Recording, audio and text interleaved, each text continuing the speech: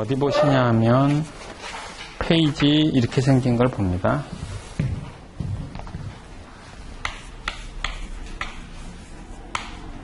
이렇게 생긴 거. 목차예요, 목차. 컨텐츠를 봅니다. 자, 거기 보니까 reading 1, 2, 3 이렇게 돼 있는데 저 reading 1은 time value만 안 해요, 제가. 다른 사람이 다른 데서 합니다. reading 2는요, 할 거고요. 맨 끝부분에 describing data, 데이터를 묘사하기, 데이터가 어떻게 생겼나 표현하기예요. reading 3는 probability, concept라고 되어 있고요. reading 4는 common probability라고 되어 있어요. 그래서 probability인데 위에 거 3장은 probability concept, 개념이고 밑에 거는요 common probable distribution이라고 있어요. 자주 활용되는 확률 분포. 그 다음에 reading 5에 보면 sampling and estimation 되어 있고요. 그 다음에 reading 6에 testing이라고 돼, hypothesis testing이라고 되어 있고, reading 7이 introduction to linear regression이라고 되어 있습니다. 자, 우리가 다룰 게 2장부터 7장까지를 다뤄요. 그래서 총 6장을 다루는데 작년 그 전에 공부하신 분, 우리가 보는 게 2022년이잖아요. 2021년을 공부하신 분은 추가로 이 부분이 들어갔습니다. 이 부분이 레벨 2에 있던 것 중에 일부가 이렇게 내려왔어요. 그 다음에 2021년과 차이가 나는 점, 이 부분이 추가가 됐어요. 일부가 추가됐는데 크게 뭐 여기는 문제가 없어요. 요거는 문제가 있고요. 어려운 부분이고. 저희가 총 7번의 수업을 하지 않습니까? 근데 7번에 3시간씩 합니다. 그래서 총 투입되는 시간이 21시간이에요. 이 시간이면 충분합니까? 이거 따라오는데? 라고 말을 자주 그런 질문들을 많이 하십니다. 자, 그럼 이 과목이 이 챕터 2부터 챕터 7까지가 어느 정도냐 하면 통계학을 하시는, 학부에서 하시는 분은 통계학을 보통 한 학기 과목이나 두 학기 과목으로 하는데 이건 완전 풀로 한 학기 과목이에요. 완벽하게 풀로. 두 학기 과목이라고 하면 여기서 별로 추가되는 거 없어요. 두 학기 과목이라고 해도. 그러면 이제 16주거든요. 한 학기 대학교에서. 근데 중간고사 학기말 빼면 14주가 됩니다. 곱하기 3 하면 42시간이에요. 저희가 42시간에 배울 거를 21시간에 배워야 되는 거예요. 그러니까 진도가 굉장히 빨라요.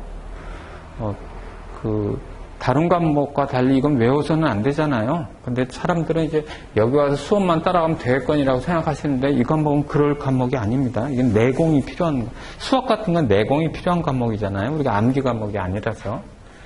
그리고 또 대학교에서는 어떻게 해야 되냐면 우리가 가르쳐야 될 내용이 이만큼이면 선생님이 이상하게 이렇게 다 가르치지 않고 조금만 가르칩니다. 이만큼만 가르치고 뭐라고 말하냐면 나머지는 너희들이 더 응용할 때 이렇게 연장해서 확장해서 할 수 있다 라고 하면서 요것만 핵심적인 것만 가르쳐 줍니다. 그러면서 42시간이에요. 근데 저희는 이렇게 가르치면 조금만 가르치면 안 돼요. 여기선 기본적으로 고객이 원하는 바는 다 가르치기 원해요. 여기 다. 근데 다는 못 가르쳐 드려요. 한 95% 정도 가르쳐 드려요. 커버를 95% 합니다. 95% 하면서, 여기는 반밖에 안 하면서, 42시간인데, 여기는 95% 하면서 21시간이에요. 그래서 복습이 없고, 그냥 진도가 쭉쭉 나가야 됩니다. 그러면 여러분들은 어떻게 되느냐? 예습은 처음 하시는 분들은 못 하시겠죠. 이거 어떻게 예습을 하겠습니까? 이건 뭔 소리인지 모르는데. 그냥 꼭 복습은 하셔야 됩니다. 복습을 안 하면 뭘 하고 있는지 몰라요. 자, 그 다음에 이 책은 이 수혜저 노트라고 되어 있는데 이게 CFA 인스티튜트에서 나온 책자가 있어요. 책을 요약한 거예요. 이거는 그럼 그 전에 한 7, 8년 전에 뭘 썼냐면 이런 교재를 썼어요. 이거 대신에 Introduction to Statistics 하거나 여기 간호 앞에 Statistics for Business and Economics 이런 책을 썼습니다. 그러니까 기본 통계를 썼는데 이제 CFA 인스티튜트에서 책을 만들었어요. 책을 만들어서 그 요약한 게 이건데 그럼 왜 책을 만들었느냐 하면 기본적으로 이건 통계라면요. CFA에서 생각하는 바는 통계만 가지고 안 되겠다. 그 파이낸스 관련, 특히 인베스트먼트 관련 부분을 강조해야 되겠다 해서 통계와 파이낸스를 섞은 새로운 책을 만들었습니다. 그래서 강조하는 부분이 조금 달라요. 그렇지만 크게 다른 건 없고 다른 부분은 공분산이라든지 상관계수 같은 것은 통계학에서는 거의 몇 줄 안 다루는데 여기서 많이 다뤄요. 너무 중요한 부분이라. 그리고 이제 예제도 파이낸스 예제를 막 들었는데 파이낸스 예제를 들면 좋지가 않아요. 예제로는. 왜냐하면 다 소수점 일간 수익률이 어떻습니까? 하면 0.1801%. 이걸 십진법으로 표시하면 뭐 이렇게 막 소수점을 한참 내려가잖아요. 그러니까 좋은 예제가 아니에요. 근데 이제 여기서 의도는 파이낸스 관련 걸 해야 되겠다고 해서 하는데 예제 자체는 좋아지지 않습니다. 그러나 다행히도 스웨즈 노트는 예제가 CFA 인스티튜트에서 나온 책 예제가 너무 어렵고 난해하니까 대신 이런 걸 많이 없애고 예를 들면 동전을 던진다든지 주사위를 던지는 예제를 많이 넣습니다. 그리고 통계학에서 항상 주사위 던지고 그 동전 던지기 예를 넣는데 그 이유는 단순해서 그래야 이해하기 쉽기 때문에 그렇습니다. 자, 그 다음에 이제 이 과목을 어떤 학생들을 보면 다 외워요. 마지막에 공식 외우기. 공식을 외우면 아무 쓸모가 없는 게 공식을 딸딸딸 외웠는데 문제가 나오면 어느 공식 이걸 쓰라는 건 이걸 쓰는 아무것도 파악할 방법이 없어요. 그리고 공식을 딸딸딸 외워서 답을 만들면 검산할 방법이 없어요. 공식밖에 모르니까.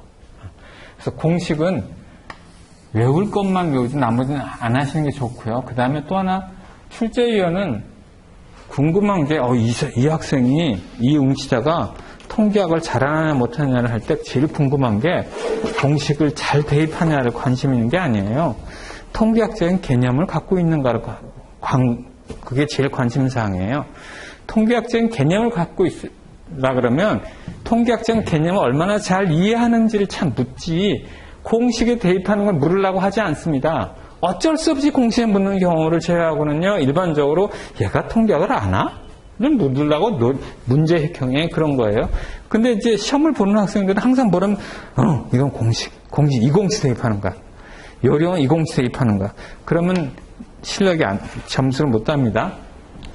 그 다음에 또 하나 간혹 보면 통계가 어렵잖아요. 인간은 두 개의 능력 중에 하나를 갖고 있대. 하나 쪽에 보통 하나는 수학적인 능력, 그러니까 수리 능력, 그 논리 능력 그거 하나 하고 언어 능력 이래요.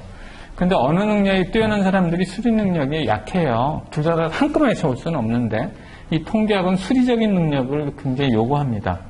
그러다 보니까 어떤 분들은 수리 능력이 약하신 분들은 이렇게 궁금해요. 이거 스태티 없이 이거 레벨 1 없이요. 공부 없이 합격할 수 있을까? 이런 질문들을 하는데 할 수도 있을지도 몰라요. 왜냐하면 5에서 10%입니다. 통계학은. 차지하는 비중이 적죠. 근데 이제 문제는 뭐냐. 이렇게 되면 이게 안 되면 스텝 1이 안 되면 스텝 2, 레벨 2의 통계학은 포기해야 됩니다. 완전히 포기해야 됩니다. 왜냐하면 우리 중학교 때 수학 못한 애가 고등학교 때 공통수학이나 미적분을 할 수 없는 거잖아요. 단계가 있는 거지. 중학교 수학을 못한 애가 갑자기 미적분을 잘할 수 있는 건 아니에요.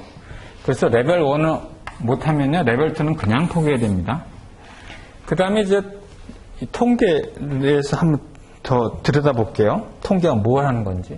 자, 우리 그 CFA는 뭐냐면 제일 핵심이 뭐냐면 제일 관리 있는 과목이 투자론이에요.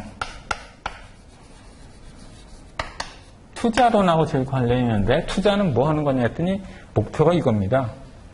수익률을 높이고, 더 정확히 말하면 기대 수익률입니다.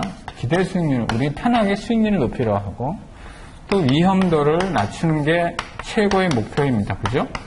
이게 가장 기본이지. 그거 왜 다른 거 있나요? 돈을 많이 벌되 위험을 적게. 그러면 기대 수익률은 뭐로 표현할 수 있을까요? 표현하는 방법은 뮤, 평균으로 표현하고, 위험들은 뭐로 표현하냐면요, 시그마 제곱으로 표현합니다. 뭐 위험을 표현하는 방법이 다른 게 많이 해봤지만 다 소용없고 결국은 시그마 제곱으로 돌아와요. 그러면 역시 이렇게 되네요. 투자라는 핵심은 뭐냐면 뮤를 높이고 시그마 제곱을 낮추는 게 가장 목표예요. 이거 어디서 배우는 겁니까? 평균과 분산, 통계에서 배우는 거야. 그러면 이 통계를 못하면 투자라는 기본이야. 기본이 깨지는 거예요. 자, 그래서 레벨 1에 보면 예를 들면 포트폴리오 매니지먼트라는 과목이 있습니다. 이거 뭐 할 건가 할까요? 포트폴리오를 관리한다. 펀드를 관리한다. 어떻게 하냐? 수익률을 높이고 위험도를 낮추는 게 포트폴리오 관리지. 그게 목표죠. 그 다음에 레벨 1에는 없는데 레벨 2에는 이런 게 있습니다. 리스크 매니지먼트라는 게 있습니다. 리스크를 관리하는데 이거 뭐 하는 걸까요?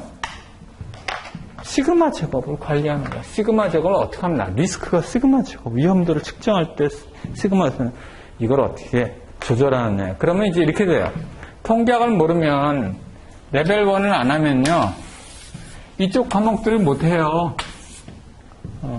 이거 여기서요, 레벨 1에 이건 레벨 1, 레벨 2에도 통계학이 다 연결돼서 또 나오거든요. 또 포트폴리오 매니지먼트 하면 무조건 수익률을 높이고 위험도를 낮추는 거고, 리스크 매니지먼트 레벨 2, 레벨 3에 나오는데 그건 위험도 낮추는 일이에요. 그럼 위험도를 측정을 해야 될 거 아니야. 위험도를 이 펀드가 더 낮아, 저 펀드보다. 그럼 뭐로 합니까? 지금 측정해서 이 펀드가 더 좋으네. 위험도 낮췄어. 뭐가 증거가 있어야 될 거 아니에요? 시그마 제곱으로 증거가. 시그마 제곱이 낮아졌습니다. 즉 위험도가 낮아졌습니다 해야 되는 거예요. 자, 그래서 통계를 안 하시면 통계 자체로는 비중이 적지만 다른 과목 기본이 되기 때문에 문제가 많다는 걸 말씀을 드립니다. 자, 페이지 31을 보겠습니다.